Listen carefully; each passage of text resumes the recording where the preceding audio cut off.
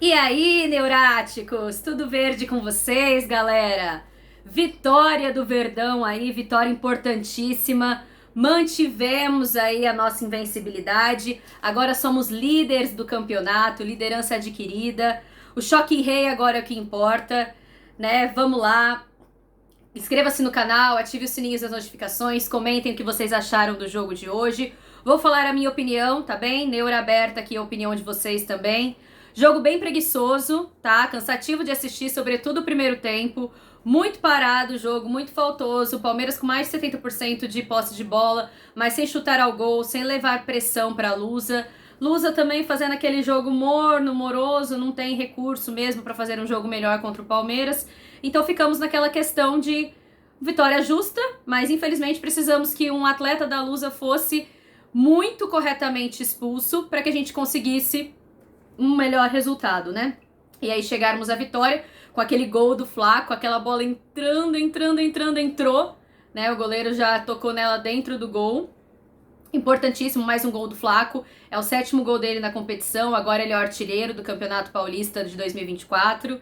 E é isso, né? Adquirindo confiança. Nosso camisa 42 está na sua melhor fase. Falou sobre isso. Ele tem tido mais minutos em campo, né? E é o ano que ele se sente melhor no Palmeiras. Então ele está tentando aproveitar da melhor forma possível essa boa fase.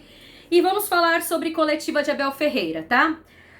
Antes da coletiva do Abel, nota dos jogadores, pra mim o craque do jogo, fora o Flaco por ter feito o gol, Aníbal Moreno, tá? Extremamente, assim, nota 10 em todos os níveis, em todos os patamares, em todos os momentos.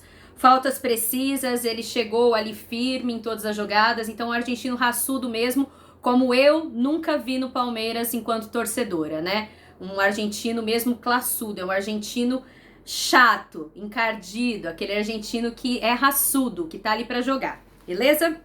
Bom, atuações abaixo, Piquerez, né? Muito dengoso hoje, muito cansado, não sei, não entrosou, a jogada só saía pelo lado direito, só pelo lado do Rocha, não tinha jogada pelo lado do Piquerez com o Caio Paulista, não deu certo, não gostei do Caio Paulista no meio, eu acho que ele rende na ponta, na lateral, ele, sei lá, não é jogador pro meio. Enfim, trocas do Abel, Breno Lopes bem abaixo, né? Breno Lopes jogar no meio de meio campo ali não dá, mas ok, temos um clássico choque rei no domingo, então temos que pensar em poupar mesmo ali os jogadores que foram retirados. Endrick apanhou muito no jogo, né? Entradaça ali violenta no Luan também, então tomar cuidado com os jogadores é importante. Bom, sobre a coletiva do Abel, ele falou muito sobre a vitória ter sido justa, né? Então ele falou que a vitória foi uma soma da intensidade com a criação, e isso equivaleu, né, resultou em um resultado justo. Ele falou sobre as mudanças no time, que gerou frescor aí ao time, né, o Palmeiras chegou aos seus 24 pontos, e também falou sobre o Everton, né, perguntaram o que ocorreu com o Everton. Então o Abel falou, ele é um humano, um excelente atleta, ele tem total confiança no Everton, mas ele acerta, ele erra, e o Abel falou, ele tem que seguir usando essa envergadura, essa altura que ele tem. E ele, o Abel disse, é o único jogador que pode jogar com a mão dentro da área, né? Fora da área também, porque os jogadores não podem, né? Jogar com as mãos, só bater o lateral. Mas o Abel disse que tem desafiado o Everton a sair, a se arriscar mais. Então talvez essas falhas que o Everton tem cometido com muita frequência sejam por conta desse pedido feito pelo Abel, para que ele se arrisque. Né? Ele está num processo de fazer um upgrade, o Abel falou, para poder ajudar mais o time no jogo aéreo. Então ele falou muito sobre a questão da atenção às faltas, né? Qualquer falta próxima à área já vai, lá na pequena área. Então tá muito visada essa jogada e o Palmeiras tem que melhorar a marcação nisso e o Everton sair com mais impulso, né? Com mais coragem, com mais ímpeto ali em direção à bola. Bom, perguntaram também como o Abel se sentiu estando num Canindé, né, um território totalmente português ali da Lusa, falando sobre estar lá hoje. O Abel já tinha sido homenageado em outro momento pela Lusa. Aí ele falou que conheceu a Portuguesa antes, né, ele conheceu em 2002 a Portuguesa, que a Portuguesa é um clube muito querido na cidade de São Paulo, é um mesmo, né, é um mascotinho, é um mimo ali pra todo mundo, acho que todo mundo tem a Lusa num canto muito afetivo do coração, né, principalmente por tudo que a Lusa tem passado nos últimos anos. E aí ele falou que em 2002 ele chegou a conhecer a Lusa num amistoso na cidade de Guimarães, E aí ele é um clube, a Luz é um clube muito querido e com muita história, né? Então o Abel bastou-se em dizer isso, sobre as questões das heranças portuguesas, né? Não desenvolveu muito essa parte, até porque a pergunta é mais sentimental, mais emotiva, né? Falando sobre Endrick, o jornalista perguntou o que o Abel espera dele, né?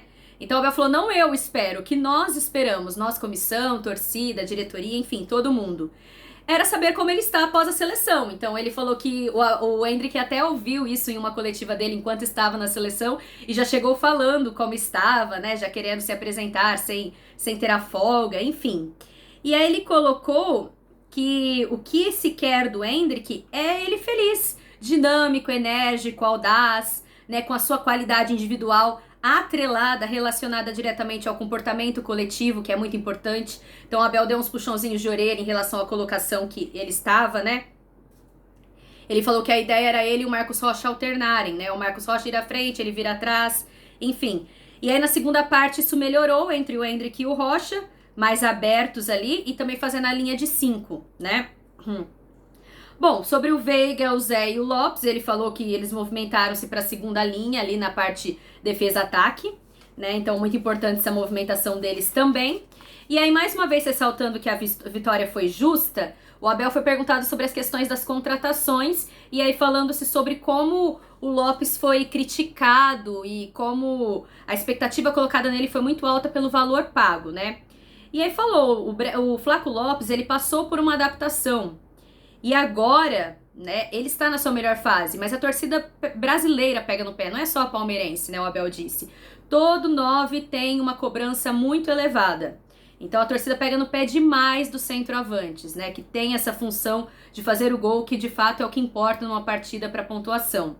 Aí o Abel comentou sobre o Haaland, né, que foi defendido lá, deixou de fazer alguns gols, aí entrou em um jogo, fez 5.